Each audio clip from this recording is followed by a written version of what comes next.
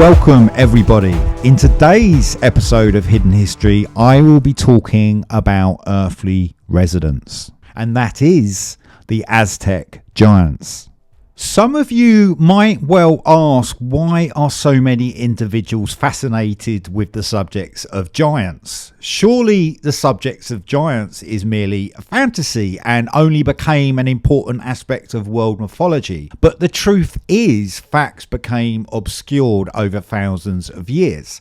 But actually, if we look at the history of giants, we will see that less than 200 years ago, we had a race of giants that seemingly ruled over areas on the earth. It can be sometimes hard to accept, as this subject defies much of what we have been taught in schools, colleges, universities about his story of the elites and the secret societies. The famous Tuscarora Indian from the Schoharie shirt-wearing people, who was called David Cruzak, wrote a book called David Cruzak's Sketches of Ancient History of the Six Nations in 1827. Which mentioned the legends of the Tuscarora Indians conflicted with the Renong Weto Anka, the stone giants, who managed considerable habitation in North America.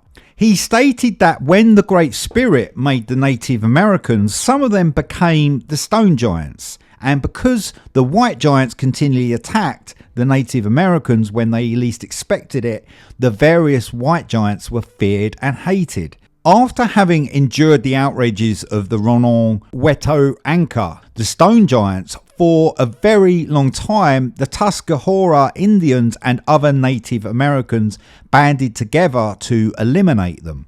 With a final contingent of about 850 warriors, they successfully annihilated the stone giants. After the conflict finished around 1260 BC, most of the white giants no longer existed on the North American continent, although populations of white giants descended into the crystal cities within the earth for safety reasons. During the exact same time, the Adena people seem to have arrived in the Ohio River Valley. There were apparently 10 giants called the ancient giants of the First Age, who came from Aztlan, the White Island, and the Iztac Teotihuacan, the White Kingdom, that was known as another name for the Atlantean continent, according to Aztec mythology. The powerful Iztac Teotihuacan, or the White Giants, were punished by the Cicitalo Tiamata, or the astral deities, because they did not have respect for them. Hence, their pinnacle civilization came to an end as a result of the calamities and as a punishment from the cosmic heavens for sinful transgressions they had committed. The construction of the Temple of Settlement of Teotihuacan, or the place where humans become deities, in central Mexico, and the Great Pyramid of Cholula in the Pueblo state of southeastern Mexico, was attributed to the craftsmanship of the Quinametzin giants. Many of the Spanish conquistadors claim to have observed some of the Mexican giants whilst they fought against the Aztec Indians. According to some of the Spanish conquistadors, the communities of Mexican giants stood over 10 feet tall. The Spanish conquistador, named as Juan Sayodina de Gilvalva, began his campaign of warfare against the Aztec Empire from 1518 to 1526. The other, called Hernan Cortes, became the first Marquis of the Valley of Oaxaca after he had warred against the Aztec Empire from 1519 to 1521.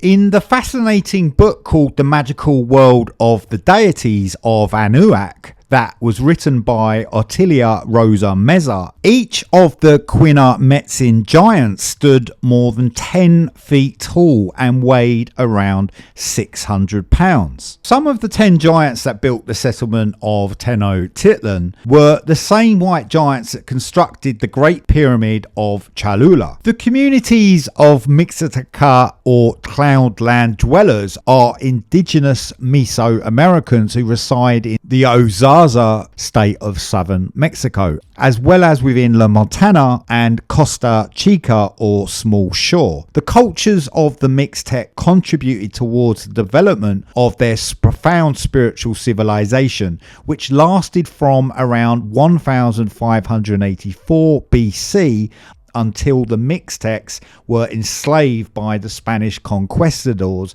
around 1523. Many stories from the Otomi folklore mention that a race of the Moboza Yadata or mountain giants and the Okazido Yadata or cavern giants, who were known as the Aminas or higher beings, had been the genetic ancestors of the Otomi Indians. These incredible mountain giants and cavern giants were described as divinely focused individuals who conversed with light beings and whom left behind many teachings such as engineering, irrigation and agriculture. The communities of the Otomi Indians described them as blissful gigantes mexicanos or Mexican giants who constructed large shining cities that surrounded the Crystal Temple beneath the land masses of Mexico, Guatemala, Belize and Honduras. Apparently, the Mexican giants were incredibly advanced. For many generations in Central America, the communities of Mexican giants continued to develop their civilization, where their beliefs and ideas thrived. This race of Mexican giants lived for countless generations until the Great Flood happened and entirely destroyed the civilization of the Mexican giants. Some of these Otomi elders described the Gigantes Mexicanos or Mexican giants as having advanced skills that included pottery making and the knowledge of architectural design. The Mexican giants preferred to travel to the higher Desierto or radiant frozen light countries, as they felt this was where the sun began to rise from the underworld. These kinds of Gigantes Mexicanos or Mexican giants had incredible strength and were able to lift massive stones effortlessly and move them into Mexico, Guatemala, Belize and Honduras. The communities of Mexican giants were said to be able to construct buildings of worship in the course of one night. Despite the powerful abilities of the Mexican giants, they were also delicate, as one fall would make them shatter and biologically perish. These elusive Mexican giants became extinct when many features on planet Earth disappeared during the Great Flood. So much of the ecosystems were destroyed. Once the Great Flood had ended, most of the Gigantos Mexicanos or Mexican giants began to fear the Atlantic Ocean. According to Otomi folklore, they now exist in the Golden Kingdom of the Hollow Earth. The bones of the higher beings were said to be found throughout northern Mexico and central Mexico, and some believe if you powdered the bones and added water, they can be used as healing medicine. The communities of the Otomi Indians reside on the central Mexican plateau, which is called the Alta Planicie Mexicana or Mexican High Plain, which is a massive arid-looking expanse which occupies much of northern and central Mexico. Because many remote settlements were founded by the Otomi Indians across the reaches of central Mexico, they used to regularly observe the Mexican giants roaming around. The Otomi Indians have occupied the Sierra Nevada of northern and central Mexico for over 32,000 years, which was before the remaining Atlantean islands were destroyed in 10,754 BC. The elusive Patagonian giants were a race of Gigantos Latinos, or flattish place giants, who were rumoured to reside in the Patagonia region of southern Chile and southern Argentina.